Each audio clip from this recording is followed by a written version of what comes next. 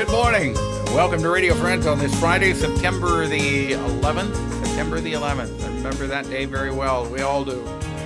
Scott Christianson is with us from the University of Missouri. Good to have you here, Scott. Thanks for having me, Paul. It's nice to have you in the studio with us. Social distance. Yes. About 7.5 feet. We've got our distance. We've got our masks. Got our masks, the whole thing. We're, all right, trying to stay as safe as possible.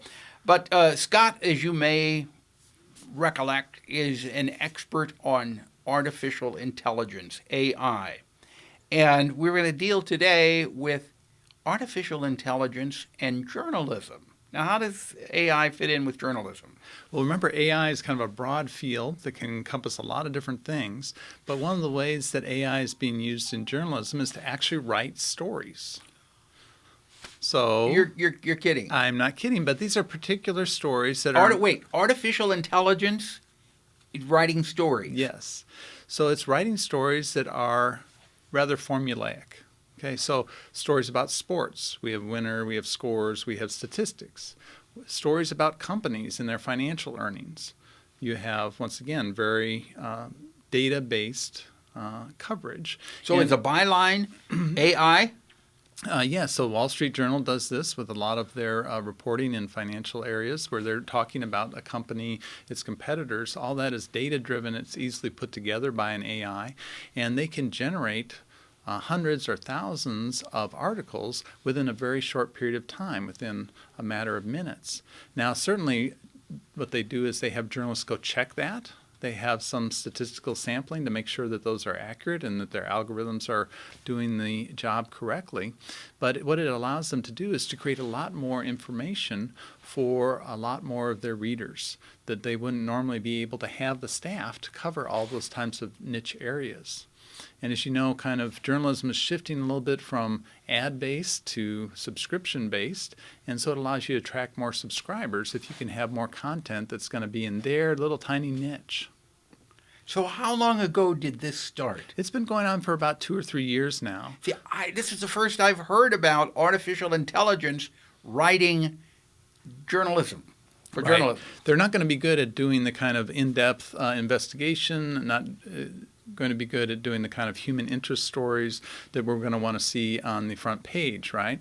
But they're going to be good about these kind of niche areas. And we actually have a graduate from the University of Missouri who has been at the forefront of this, Francisco Marconi. In fact, he's written a book called Newsmakers, Artificial Intelligence and the Future of Journalism. He worked at AP and worked at Wall Street Journal, and now has gone off and created his own company to work and help news organizations utilize AI. Where do you see AI ultimately going?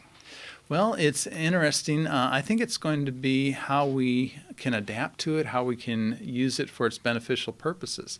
Now, there's another kind of bad area in which AI has been used, and you may have heard of this, called deep fakes, where I can take a lot of images of you and I could then have the AI act like Paul Pepper was saying something that you've never said. So if you search on YouTube for deep fakes, you'll find a lot of examples of this. It's called what? Deep fakes.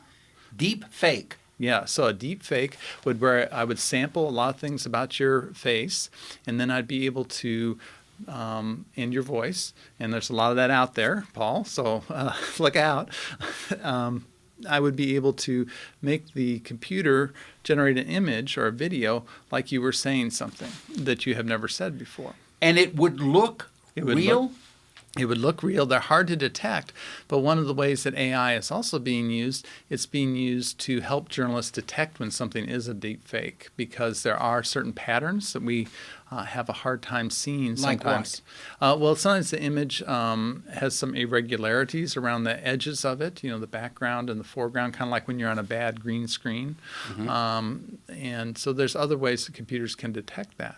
So AI is... To me, that is frightening. It is frightening. That is really frightening if somebody can take your image and your voice and manipulate it. Yes. To have you saying something that you're not saying. Right. In fact, there was something in the news that happened not very long ago Yes. with one of the political parties. Right. And so there was that wasn't a deep fake, but they did, in fact, very convincingly re-image a video of Nancy Pelosi where it made it appear like she was compromised in some way. And that was just a doctored video, but very sophisticatedly doctored, right? It was hard for us to tell the But difference. when you put they put a doctored video of Nancy Pelosi up, people just watching it wouldn't realize off the top that this was fake. Right. Right. So it's a big problem, and it'll be interesting to see whether AI can not only contribute to the problem, but also be used by journalists, be used by social media to detect when something is a deep fake. You know, you stop and you think about this, and my head starts swirling. I still find it difficult to understand when I pick up my phone and touch Google and ask the Google lady a question, Right. and within seconds she answers a question of anything that I've asked. I find that still mind-boggling. It is mind-boggling, and it's also mind-boggling how easy it is to use AI nowadays. So where is all of this information stored? When I pick up my phone and I press Google and say, tell me about Scott Christianson. Where does he work? And all at once it comes back. Where is all this information? So it's we call it the cloud, right? But it isn't really a cloud per se. It's really a bunch of servers that are very good at quickly looking up information and instantaneously. Yep, and being able to store that in a global fashion. So something like Google, something like Facebook, that's a worldwide network, that's a worldwide database. And so if someone in New Zealand was to ask the same question, their phone would have to look up, where is that information stored about Scott? Oh, that's in the United States. Let's go get that information. Let's bring it back. So there's some very interesting technologies. We talk about it in a couple of my classes, but we won't get into that here. But 20 years ago, 30 years ago, wouldn't have thought of this. yeah. So what's it going to be like another 20 years from now? Well, if I knew that, I would be a rich man, wouldn't I? Okay.